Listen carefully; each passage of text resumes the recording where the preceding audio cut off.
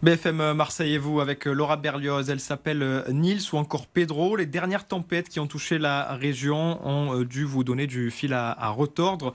Mais en dehors de ces épisodes ciblés par Météo France, d'autres coups de Mistral peuvent faire tout autant de dégâts, Laura. Et oui Fabio, le week-end de la Saint-Valentin par exemple, il n'y avait pas que de l'amour dans l'air, il y avait aussi du vent, un épisode de Mistral dans la nuit de samedi à dimanche. Cet épisode n'était pas répertorié par Météo France, nous n'étions pas en alerte dans les Bouches-du-Rhône, mais le Mistral a quand même occasionné pas mal de dégâts. Écoutez. Normalement, l'axe concerné, c'est les Alpilles, le Pays Salonnais, les Tambers et la région un peu marseillaise, la région ouest, beaucoup moins la région d'Arles et beaucoup moins la région aixoise. Donc, ça va avoir une diagonale de Avignon jusqu'à Marseille. Cette tempête de Mistral est arrivée sur des sols qui étaient saturés d'eau. Et donc, en fait, le fait que les sols soient saturés d'eau, les arbres sont moins à même, effectivement, de tenir. Donc, on a eu beaucoup de chutes d'arbres et beaucoup de dégâts suite à cette tempête, du coup, de Mistral.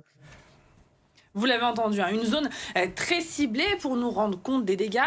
Écoutez ces chiffres, vous pouvez même les regarder à l'antenne. 122 km/h au Bec de l'Aigle, 119 km/h à Istres, 111 km/h à Salon de Provence. Ce sont les valeurs de vent. Vous l'avez vu, ce week-end, changement d'ambiance. On a rangé les manteaux, les écharpes avec ces températures printanières. Mais malgré tout, nous avons recensé un autre coup de Mistral vendredi soir avec des valeurs de vent tout de même assez impressionnantes également. 147 km/h au Bec de l'Aigle, 106 km/h à Salon de Provence, 104 km/h à Marignane. Des chutes d'arbres ont notamment été recensées dans le pays salonnais. Ces vents forts, vous l'avez entendu, fragilisent une nature déjà altérée par d'autres aléas climatiques. Ce qui nous intéresse aujourd'hui, c'est de savoir comment vous pouvez vous faire indemniser lors de ces épisodes qui ne sont au demeurant pas recensés par Météo France. Alors ne comptez surtout pas sur l'état de catastrophe naturelle puisque c'est impossible lorsqu'il s'agit du vent ou encore de la grêle. Mais vous allez le voir, on a tout de même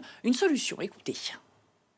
Ce qui va aider pour la possibilité de se faire indemniser, c'est d'avoir des preuves qu'il y a bien eu un coup de vent. Par exemple, on peut demander un certificat d'intensité délivré par Météo France. Donc ça, c'est quelque chose qu'on peut demander pour pouvoir ajouter à son dossier, en plus d'éléments type photo, etc., qui montrent les dégâts. Et les coups de vent, contrairement aux inondations, à la sécheresse, etc., ne peuvent pas être reconnus en tant que catastrophe naturelle par décret et donc être soumis à ce type d'indemnisation.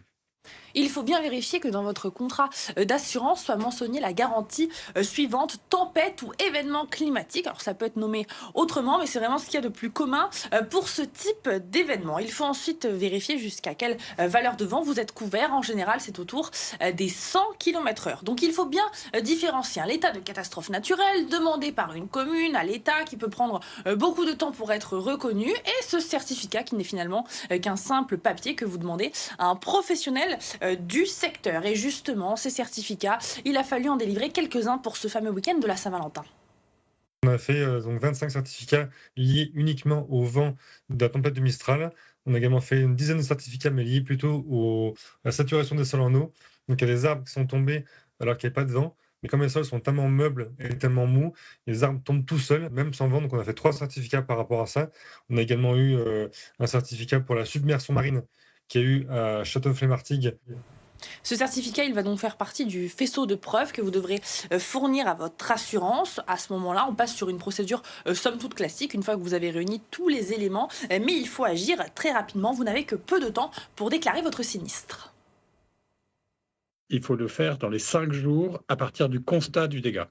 Donc ça veut dire que, par exemple, si c'est votre résidence principale, en général, vous le voyez tout de suite.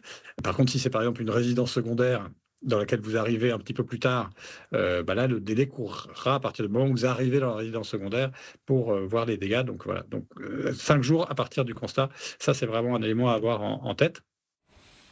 Laura, comment on fait si on veut être indemnisé encore plus vite ?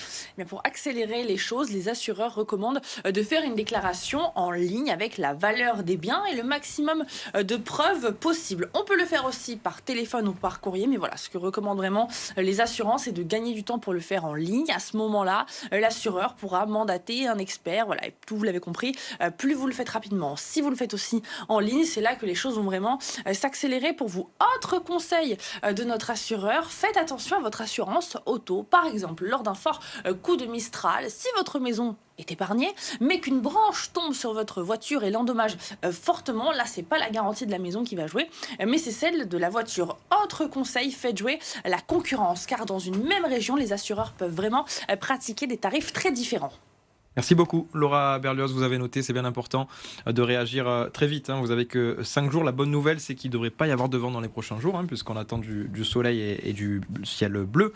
Et l'autre bonne nouvelle, c'est que si vous êtes concerné par ce coup de Mistral de vendredi, là, il est encore temps, c'est les derniers moments pour faire votre déclaration. Il faut être rapide. Regardez, si vous voulez nous envoyer une question, qu'on y réponde, vous pouvez le faire directement par mail, rédaction@bfmmarseille.fr ou sur notre numéro WhatsApp 06 12 10 18 44. Vous n'hésitez pas à nous envoyer votre question. On essaiera d'y répondre dans BFM Marseille.